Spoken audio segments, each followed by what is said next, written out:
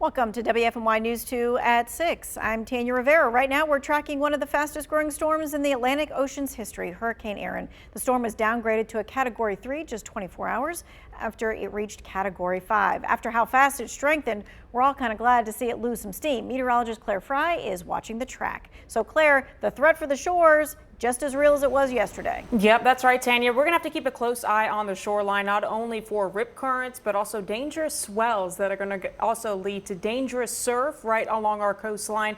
And also for South Carolina, Hurricane Erin is still a major Category 3 hurricane with winds sustained at 125 miles per hour. You should take this just as serious as you took it yesterday. Although the track is not expected to make a direct impact here with the United States, impacts will be long outside of this cone that you can see here on your screen. Still going to be a major hurricane as we head toward the middle part of the week. Rip current risk is already going to be elevated heading into the new work week for our coastline. This is what our models are showing here. The super ensemble, each one of those lines does represent a model output of what it's expecting and where it's expecting Erin to go. You can see all of them are currently offshore and away from our area, but we are going to be seeing impacts to our coast. Coming up, we'll talk a little bit more about Erin, plus dive into a couple of isolated showers that are dotting the radar.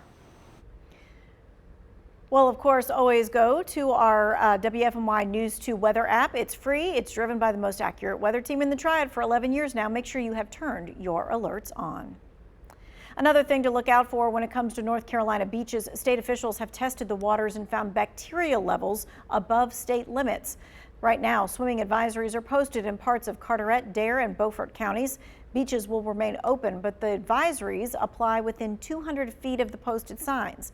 Officials say the bacteria signals the possible presence of harmful organisms, which could cause stomach issues or skin infections. State crews will continue testing and lift the advisories once conditions are safe.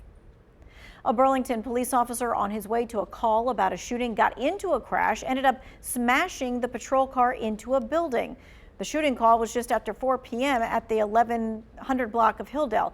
Burlington police say the officer was in a marked patrol car when the crash happened at Mebane Street and Maple Avenue. This is a picture from that scene right now. The cop car smashed into a building. The officer and 2 people in the other car taken to the hospital with non-life-threatening injuries. The intersection was partially closed for about 3 hours. Quick update on the shooting that started it all. Officers arrested 47-year-old Chase Loney on several charges, including intent to kill. The victim was taken to the hospital.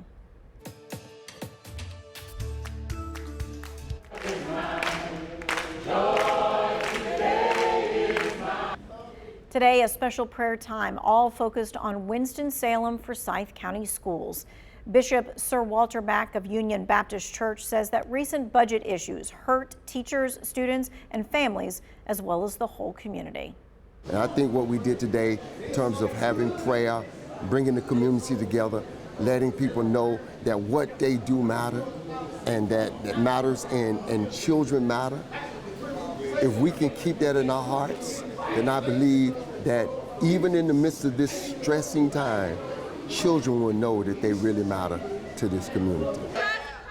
The community prayed over the teachers, the students, and the situation. This will be the second week of the school for the district. The board will meet Tuesday to further discuss budget reductions and proposed workforce reductions. The district plans to also search for a new superintendent. The longest living president of the United States is being honored by the U.S. Postal Service. Jimmy Carter was 100 years old when he died in December of 2024. The Postal Service will release a stamp honoring the former president on October 1st, what would have been his 101st birthday. The Forever stamp will feature a 1982 oil on linen painting created as a life study by artist Herbert E. Abrams in preparation for painting the official White House portrait. We're giving you a live look right now at the White House, where President Trump is expected to meet with Ukrainian President Vladimir Zelensky tomorrow.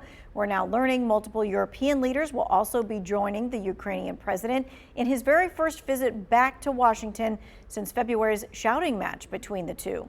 The meeting comes just days after President Trump met with Russian President Vladimir Putin in Alaska.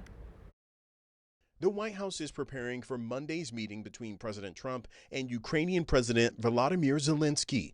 A number of European leaders will also attend, including the leaders of Germany and France, as well as the Secretary General of NATO. You're gambling with World War III. You're gambling with World War III.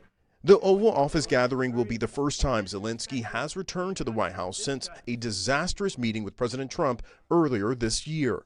On Sunday, President Zelensky met with the president of the European Commission, who told reporters there can be no limits on Ukraine's armed forces or outside assistance. Ukraine must be able to uphold its sovereignty and its territorial integrity. Zelensky emphasized the importance of Europe and the U.S. standing with Ukraine. And it's very important that you are with us and that we speak to America and we speak together. And it's important that Washington is with us. Monday's meeting comes just 3 days after President Trump met with Russian President Vladimir Putin in Alaska, a meeting that ended with no announcement of a ceasefire. On Sunday's Face the Nation, Secretary of State Marco Rubio said President Trump is intent on achieving peace between Ukraine and Russia. Right now, this is the biggest war going on in the world. It's the biggest war in Europe since World War II. We're going to continue to do everything we can to reach an agreement that ends the dying and the killing. Secretary Rubio said both Ukraine and Russia need to be prepared to make concessions. Both sides are going to have to give up something in order to get to the table, in order to make this happen. President Zelensky said Sunday any territorial matters should be discussed at an eventual trilateral meeting involving Russia and Ukraine, as well as the U.S. And right now we're going to give you a live look at the coast where it was a great beach day. But this is something that is going to change. Hurricane Erin now a Category 3, and it could bring some trouble for our coast. Our weather team is on top of the storm, and Claire Fry is standing by now. Hey, Claire, I just read how Dare County is ordering evacuations for Hatteras Island as of tonight.